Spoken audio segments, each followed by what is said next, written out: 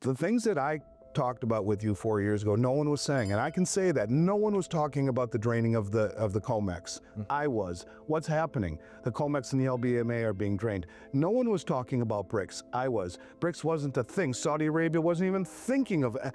And a lot of it has happened. Not the way that I thought, all of it. Not all of it has happened, but a lot of the stuff that you and I have talked about, I called it a linear progression of events. It's happened. A lot of it has. They just did it. A new gold settlement network quietly went live, and it's not for you. It's for 170 countries from Asia to Africa to the Middle East. It clears payments in just 7 seconds, uses blockchain for instant auditing, and settles in physical gold stored across 20 vaults so no single country can weaponize it. And here's what no one's telling you. This system doesn't even support the US dollar. In fact, it was built to avoid it entirely. BRICS and their closest allies have just internationalized the UN and hardwired it into a cross-border gold-backed payment system. These moves aren't random, they're coordinated. Saudi Arabia, Singapore, Russia, China, each building exchanges, each stacking gold in new jurisdictions, and all of it settles outside of SWIFT, outside of Wall Street, and beyond the reach of Western sanctions. This isn't just de-dollarization, it's a full-blown monetary regime change. The BRICS are more dangerous than ever, and dangerous might not be the right word, but I think they're becoming more legitimate than ever. Now, the crux of what I was talking about, it centers around the development that we saw a couple weeks ago where the Shanghai Metals Exchange came out and said we are going to internationalize our exchange by a series of multi-jurisdictional hubs around, the first one in which is under construction right now in Hong Kong, the next one in Saudi Arabia, and then a set of contracts has already been put in place to build these exchanges or these depositories all around the Belt Road, through Africa and through Asia, ultimately into South America. And you look at some of the other exchanges that just have come to rise, like in Singapore. We see the growing sentiment of not only the Shanghai Exchange, but the exchange in Dubai. We're going to have an exchange in Moscow that's going to gain prominence. You're going to have an exchange with the BRICS. The whole idea and their announcement that the yuan is now convertible into gold on the Shanghai Exchange using that moment exchange rate for yuan, not converting into dollars, but for yuan.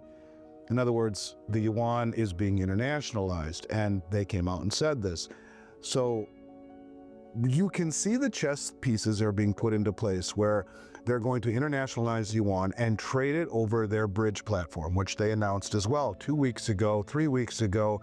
They made the announcement that the renminbi cross-border payment system, which is mBridge, has been integrated and already fully operational with 11 countries in Southeast Asia, the Asian countries, and 5 in the Middle East, which at present time represents nearly 40% of global GDP. I think 38% was the exact number. So you got those countries. And then you have the BRICS, but then you have the Belt Road and the Shanghai Cooperation Organization. Each one of those two organizations alone account for, the SCO accounts for 50% of human population, 35% of global GDP. Now there is some crossover in the Belt Road, which is 70% of human population and about 50% of global GDP. You can add in other organizations like the Asianic countries I mentioned, the Eurasian Economic Union, like Kazakhstan and Russia. There's crossover, but all of these entities are closely aligned with the BRICS. They're not in the BRICS, but all closely aligned. And the whole premise of what I'm talking about is that, first and foremost, the mistake the people in the West make is they think in terms of seconds and days. You can see these are very strategic moves that are being made to open a series of multi-jurisdictional branches of the Shanghai Metals Exchange and others that aren't directly correlated with Shanghai Metals Exchange, but they're all connected. And the premise is that every one of the countries where these exchanges are built will all deposit little bits of gold in all of the exchanges. So I put some gold in here, here, here, here, here, here, here, here, here, and everyone does that. So the gold is not held in one jurisdiction by one player. And that way, any imbalances, whether it be once a month or once a quarter, is settled in gold and will ultimately be in various jurisdictions. So the pieces are being put into place. Now, when you think about the Belt Road, when you think about Shanghai Cooperation, when you think about all of these groups, the Asianic countries, Middle Eastern countries that aren't in BRICS, it's substantial. And the one pushback that people like Daniela make is that they're not legitimate enough. They're a sideshow. They're not big enough. Sergei Lavrov, I think, really upped the ante when a couple weeks ago he came out and said, after it became evident that the primary thrust of Brazil, Brazil's holding, in fact, it's today that the meetings are going on, yesterday and today, I believe, was that they want to develop a new payment system independent of SWIFT. That's what this is. But Lavrov came out and said, well, that's what they want to do. Great, we're going to open up this new technology to non-BRICS members. However, it's not compatible with the pound, the dollar, or the euro.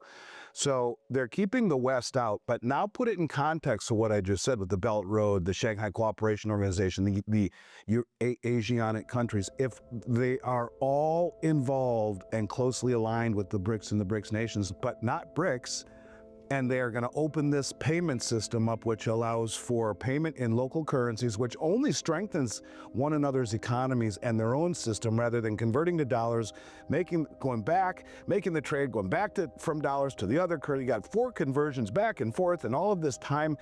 This new bridge platform settles in 7 seconds, not 3 to 5 days that SWIFT does. This new platform has a 98% reduction in fees. All of this stuff put into play, and then think about the size and scope of opening this up to non-BRICS nations is enormous. And all of a sudden you have something that can very quickly challenge not only the settlement status of the dollar, but the reserve status, because what gold is doing in all of these vaults is not replacing the dollar, it's replacing what stands behind the dollar. It is a skeletal system, these vaults, of a whole new infrastructure, monetary infrastructure, and gold will take the place of treasury bonds. That is what, in my mind, it is doing. It is backing with legitimacy. The whole thing in the United States done again is that once we left the gold standard in '71, we were a system based on trust. And for a long time, we were trusted and revered. And you could argue the last 4, 5, 6 years, that level of trust is waning. And I think the world has gotten tired of promises, of a country that won't get its fiscal house in order, that continues to go around bullying. You know, Trump says, you nations who do this with the BRICS, another 10% tariff. That's not a tariff, that's a sanction. This is what's pushing them all together to begin with. So I think Lavrov's comments are massive. If they do open this up to all of these other countries, you're talking 90+% of human population that will have the ability to trade outside the SWIFT system and settle in gold through a series of multi-jurisdictional vaults. To me, it's the biggest news that's come out of the BRICS maybe since day one, since I started covering it. I'm not hearing it anywhere, which is kind of strange to me. You're hearing a lot about the new settling in yuan and the multi-jurisdictional, but put it in the context of the BRICS, it's massive because it gives them legitimacy that they won't find with just having 10 or 12 or 15 countries. You now are talking about 160 countries, 170 countries. You're talking the majority of the world.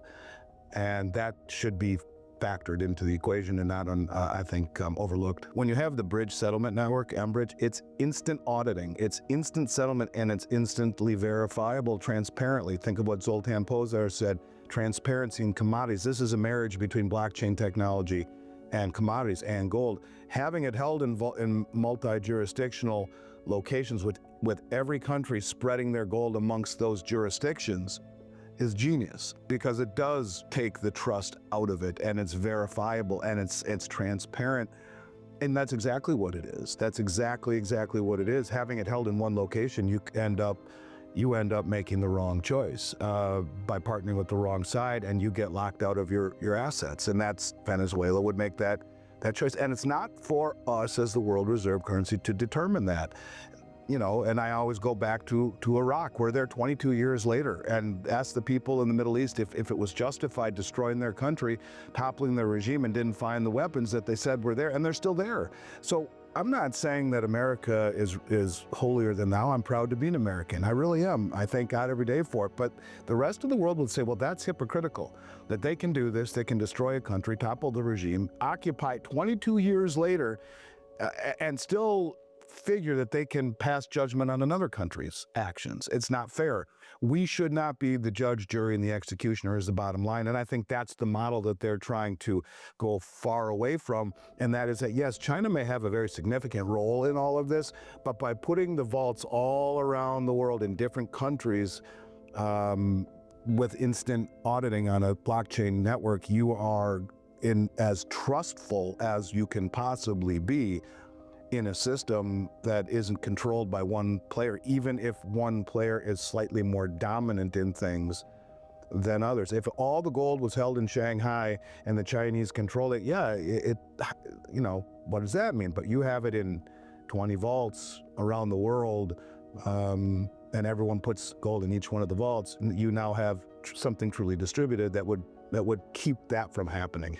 Look at the stuff that you and I have talked about for 4 years now. I've talked with you more than anyone. The things that I talked about with you 4 years ago, no one was saying, and I can say that no one was talking about the draining of the COMEX. I was. What's happening? The COMEX and the LBMA are being drained. No one was talking about BRICS. I was. BRICS wasn't a thing. Saudi Arabia wasn't even thinking of it.